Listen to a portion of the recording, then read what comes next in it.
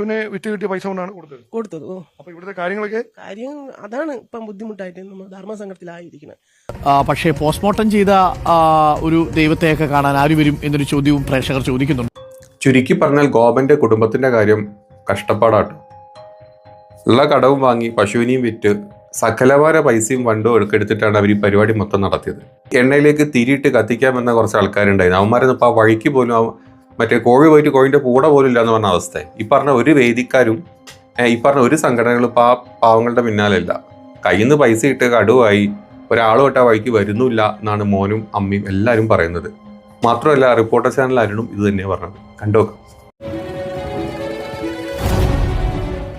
അവസാനം നമ്മുടെ ഗോപന് മരണ സർട്ടിഫിക്കറ്റ് കൊടുക്കൂല എന്ന് അവിടുത്തെ മുനിസിപ്പാലിറ്റി തീരുമാനിച്ചു. കൊടുക്കാത്തതിനുള്ള കാരണം ഇത്രയേ ഉള്ളൂ. അതായത് ആന്തരിക അവയവങ്ങളുടെ ടെസ്റ്റ് റിസൾട്ട് ഇതുവരെ വന്നിട്ടില്ല, മരണകാരണം ഇതുവരെ കൺഫേം ആയിട്ടില്ല. ഈ ഒരു കാരണം കൊണ്ട് മാത്രമാണ് കൊടുക്കാത്തത്. പല പത്രങ്ങളും പലതിലും കണ്ട് വലിയ വലിയ ഹെഡിങ് ന്യൂസുകളൊക്കെ ആയിട്ട് വന്നത് ഗോപൻ സ്വാമിക്ക് സർട്ടിഫിക്കറ്റ് കിട്ടില്ല എന്നൊക്കെ പറഞ്ഞിട്ടാണ്. സംഭവം ഈ ടെസ്റ്റ് റിപ്പോർട്ട് കൂടെ വരണം, വന്നിട്ട് അതിൽ വേറെ കുഴപ്പങ്ങളൊന്നും ഇല്ല എന്നുണ്ടെങ്കിൽ കൊടുക്കും, അതല്ലെങ്കിൽ കൊടുക്കൂല എന്നുള്ള തീരുമാനത്തിലെത്തി. അതൊന്നുമല്ല ഇവിടുത്തെ വിഷയം കേട്ടോ.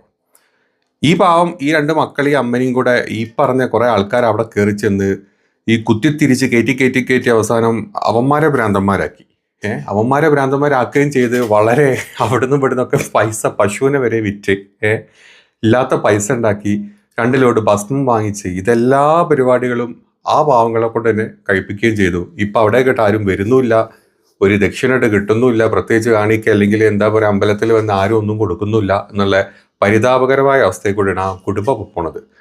പിന്നെ ആകെ അമ്മക്ക് കുറച്ചൊരു എന്താ പറയുക വിശ്വാസമുള്ളത് RSS കൊണ്ടാണ്. അത് അമ്മ വളരെ വ്യക്തമായിട്ട് പറയുന്നുണ്ട്. കേട്ടുപോകുന്നു.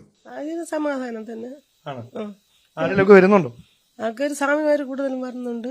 പിന്നെ RSസുമായിട്ടൊക്കെ ബന്ധപ്പെടുന്നുണ്ട്.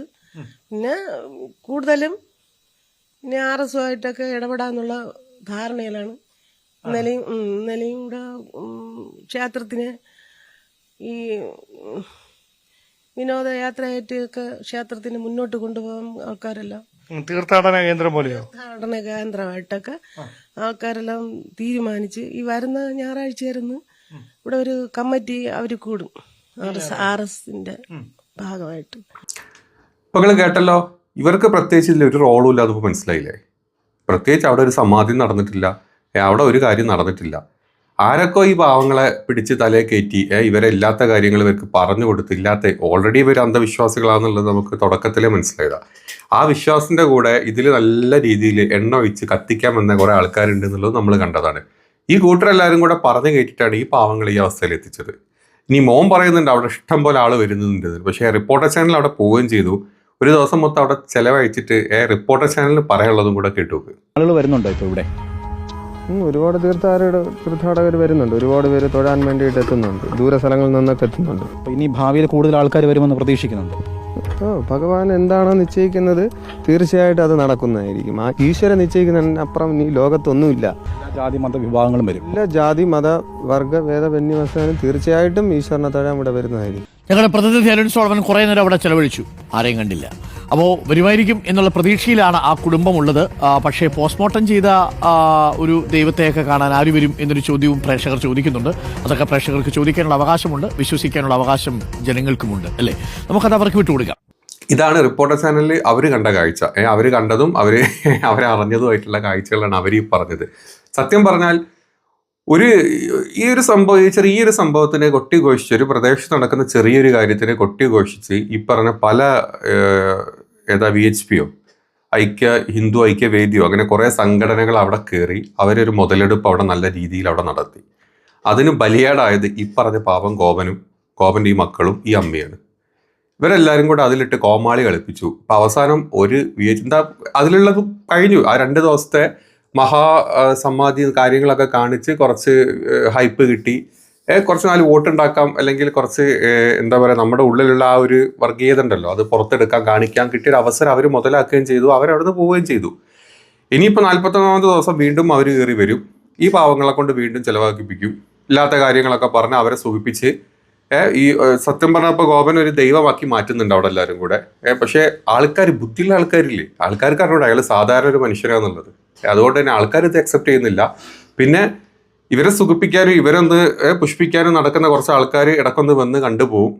അതിനും ഈ പാവപ്പെട്ടവർ തന്നെ കയ്യിൽ നിന്ന് പൈസ എടുത്ത് ചെലവാക്കി അതിനുള്ള പരിപാടികൾ നടത്തും. ഇനി ഒരു വിശ്വാസവും ഒരു ബോധവും ഇല്ലാത്ത അന്ധമായിട്ട് വിശ്വാസമുള്ള ആൾക്കാർ അവിടെ വല്ലതും കൊടുത്താലായി. കഞ്ഞൊടിച്ച് ജീവിക്കണ്ടേ? ഈ ഒരു അമ്പലം വിറ്റ് ജീവിക്കാനുള്ള ഏറ്റവും എളുപ്പമുള്ള വഴി. പക്ഷേ അമ്പലം വിറ്റ് ജീവിക്കണമെങ്കിൽ നമ്മളുടെ അത്ര സ്ട്രോങ് ആയിട്ടുള്ള സാധനം വേണം, കാണിക്കാൻ എന്തേ വേണം. അതല്ലാണ്ട് ഇവർ കാണിക്കുന്ന ഈ ഓലപ്പിപ്പി കാണിച്ച് ആൾക്കാർ അങ്ങോട്ട് കയറി വരാൻ പോകുന്നില്ല. പാവം ആ മകന്റെ മുഖത്ത് ആ നിസ്സഹായാവസ്ഥ കാണാൻ നമുക്കുണ്ട്, അമ്മയുടെ മുഖത്തും ഒക്കെ ഉണ്ട്. ചിലവൊക്കെ വലിയ എമൗണ്ട് ആകത്തില്ലേ? ഞങ്ങൾ 2 പശു നിന്നതിനെ കൊടുത്തു. അപ്പം ഞങ്ങൾ പശുവിൻ്റെ വരവ് വെച്ചാണ് ചിലവൊക്കെ. മരുമോൾ വീഴുന്നതിന് ശേഷം ഇവിടെ പ്രശ്നങ്ങൾ, പശുവിന് ആഹാരം കൃത്യമായിട്ട് കൊടുക്കാൻ പറ്റില്ല, മെഡിക്കൽ കോളേജിലൊക്കെ ആയപ്പം പശുവിനെ വേറെ പാർട്ടിയെ അവന് സ്നേഹമുള്ള ഒരു പാർട്ടിയെ വിളിച്ചുകൊണ്ട് ഇവിടെ കിടന്ന് ചാവാതെ കൊണ്ടുപോകാൻ പറഞ്ഞ് അങ്ങനെ ഒന്ന് വിറ്റ് ഇപ്പം ശിവലിംഗത്തിനും ഒക്കെ ഓർഡർ കൊടുത്തിരിക്കുന്നു. പശുവിനെ വിറ്റ് കിട്ടിയ പൈസ കൊണ്ടാണ് കൊടുത്തത്. അപ്പൊ ഇവിടുത്തെ കാര്യം അതാണ് ഇപ്പം ബുദ്ധിമുട്ടായിട്ട് നമ്മൾ ധർമ്മസംഘത്തിലായിരിക്കുന്നത്. സന്തകം കമ്പനിയിൽ ഇടയ്ക്ക് പോയെങ്കിലും അവനും ലോണും കാര്യങ്ങളൊക്കെ ആയതുകൊണ്ട് ബുദ്ധിമുട്ട് തന്നെ. എങ്കിലും ഭഗവാന്റെ കാര്യങ്ങൾ കൈലാസ മഹാദേവന്റെ സഹായം കൊണ്ട് എല്ലാം ഭഗവാൻ നടത്തും എന്നുള്ള ഒരു മനസ്സിന്റെ ഉറപ്പ് കൊണ്ടാണ് നമ്മൾ ഓരോന്ന് ചെയ്യുന്നത്. ഒരു പശു ഉണ്ട്, ആ പയ്യന്റെ ഭാഗത്ത് അവർ നോക്കുക തന്നെ, അത് കറക്കണ പശുവാണ്. അപ്പൊ ആ പൈസ വെച്ചാണ് ഞങ്ങൾ ഇപ്പം ജീവിച്ചുകൊണ്ടിരുന്നത്. ഇനി ഉണ്ട്, അവിടെ നിൽക്കണം, ഇനി കൊണ്ടുവന്നില്ല.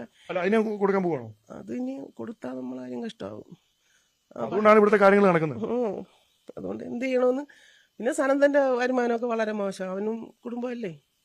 അപ്പൊ ഈ പിന്തുണയായിട്ട് വന്ന ഈ സംഘടനകളൊന്നും നമുക്ക് അങ്ങനെ തരൂലെന്നല്ല, അവർ കുറെ പൈസയൊക്കെ ചെലവാക്കി ഈ സമാധി വീടൊക്കെ കെട്ടിയെങ്കിലും മറ്റൊരാൾ തരൂന്ന് കാത്തിരുന്ന തന്നിട്ടില്ല തന്നെന്ന് പറയാൻ പറ്റും. പക്ഷെ അവർക്ക് ഇനിയിപ്പോ ഒന്നും ചെയ്യാനില്ല, വെള്ളത്തിലോട്ട് ഇറങ്ങി ഇനി കുളിച്ചോണ്ടിരിക്കുക. എപ്പൊ കയറാൻ പറ്റുന്ന പടച്ചമ്പുരാന് പോലും അറിയില്ല. എന്താണേലും ഗോവന്റെ പേരും പറഞ്ഞ് മുതലെടുത്ത എല്ലാവർക്കും സല്യൂട്ട് കേട്ടോ. നിങ്ങളെ കൊണ്ട് ഇത്രയും ചെയ്യിക്കാൻ പറ്റില്ല. ആ പാവപ്പെട്ട ഒരു കുടുംബത്തിന് നിങ്ങൾ വെള്ളത്തിൽ കൊണ്ടിട്ടല്ലോ, അടിപൊളി. ഇനി നിങ്ങൾ തന്നെ അവിടെ ഒന്ന് കാര്യമായിട്ട് പരിശ്രമിച്ചു കൊടുക്കുക, കുറച്ച് ഫണ്ടൊക്കെ ഇറങ്ങി കൊടുക്കുക. ഫണ്ട് ഇഷ്ടം പോലെ ഉള്ളതല്ലേ നിങ്ങളതിൽ. കുറച്ച് ഫണ്ട് ആ പാവങ്ങൾക്ക് കൊടുത്ത് അവിടെ നിന്ന് സെറ്റപ്പാക്കി കൊണ്ടുപോവാ. 4 സ്വാമിമാരെ കൊണ്ടുവരിക, പൂജകളൊക്കെ നടത്തുക. അങ്ങനെ ആകുമ്പോൾ ആൾക്കാരൊക്കെ വരും. അതല്ലാണ്ട് ഈ പാവം മോൻ ഡെയിലി അവിടെ പൂജ നടത്തിയ ഒരാൾ പോലും ആ വഴിക്ക് തിരിഞ്ഞു നോക്കുന്നില്ല. എന്തായാലും നിങ്ങളിങ്ങനെ കഷ്ടം.